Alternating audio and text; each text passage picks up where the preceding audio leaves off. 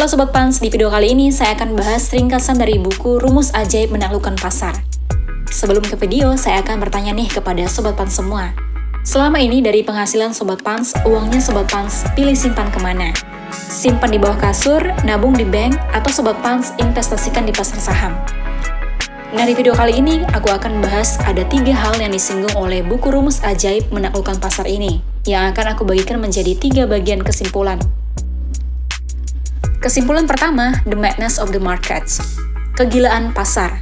Di sini saya akan memberikan sebuah contoh. Misalnya, contohnya di sini kita ambil saja perusahaan. Ini contoh saja ya, Bank ABC. Contoh, selama setahun terakhir, misalnya kita bisa membeli saham Bank ABC dengan harga paling rendah per lembarnya sekitar 5.355 dan paling tinggi sekitar 6.014. Perbedaan harga sekitar 50%. Bukan hanya itu, misalnya nilai keseluruhan perusahaan melonjak dari sekitar 1 triliun turun menjadi sekitar 650 miliar, dan kemudian kembali lagi naik menjadi 1 triliun. Nah, dari contoh di atas dapat dilihat bahwa saham Bank ABC tidak mengalami perubahan nilai secepat itu.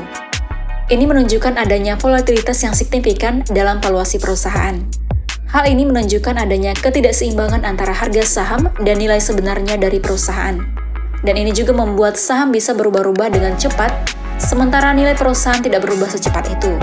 Dalam konteks ini, investor perlu waspada terhadap gejolak pasar yang mungkin tidak selalu mencerminkan nilai sebenarnya dari perusahaan. Oleh sebab itu, pentingnya melakukan analisis fundamental yang cermat untuk mengevaluasi investasi dengan bijak, daripada hanya mengandalkan fluktuasi harga saham saja. Kesimpulan nomor 2, how much is a business worth? Berapa nilai sebuah bisnis?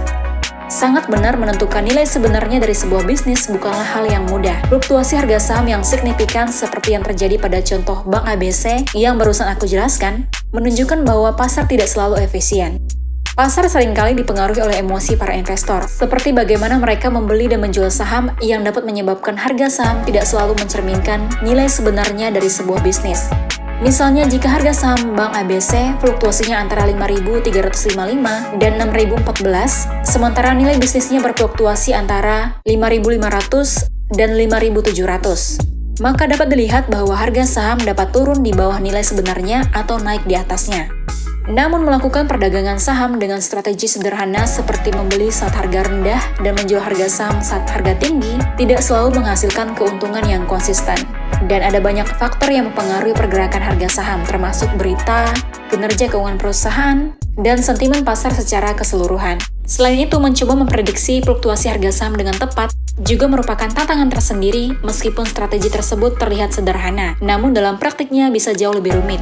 Hal ini karena tidak mungkin untuk selalu mengetahui kapan harga saham akan mencapai titik terendah atau tertinggi. Kemudian kesimpulan nomor 3, melihat dari Price Earning Ratio atau PE dan Return on Asset atau ROA dari suatu perusahaan. PE adalah rasio yang digunakan untuk menilai seberapa mahal atau murahnya harga saham suatu perusahaan dibandingkan dengan laba per lembar sahamnya. Misalnya, jika harga sahamnya 10 dan labanya 1 per lembar saham, maka PE-nya adalah 10. Semakin rendah PE, maka semakin baik. Sementara itu, ROA adalah rasio yang menunjukkan seberapa efisien sebuah perusahaan dalam menggunakan asetnya untuk menghasilkan laba.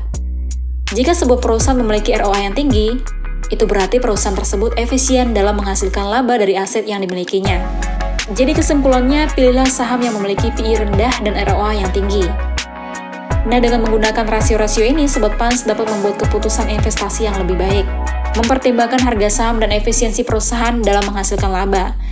Itulah mengapa Warren Buffett yang dikenal sebagai investor sukses juga mengutamakan perusahaan dengan PE rendah dan ROA yang tinggi dalam portfolionya.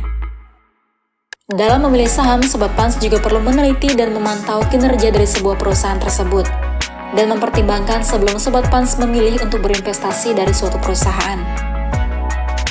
Well, Sobat Pans, itu tadi sedikit penjelasan yang disinggung oleh buku Rumus Ajaib Menaklukkan Pasar oleh Joel Greenblatt.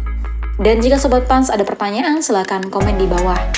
Dan jika Sobat Pans juga tertarik untuk berinvestasi saham, Sobat Pans dapat membuka rekening saham di Panin Sekuritas dengan cara scan barcode berikut ini, dan dapatkan kesempatan meraih promo cashback senilai Rp200.000 dengan setoran dana sebesar Rp1 juta, khusus menggunakan RDN Bank Panin. Dan Sobat Pans dapat menyetorkan dana dalam jangka waktu 7 hari setelah RDN jadi. Well done, happy trading dan happy investing. Investasi aman bersama Panin Sekuritas Pontianak.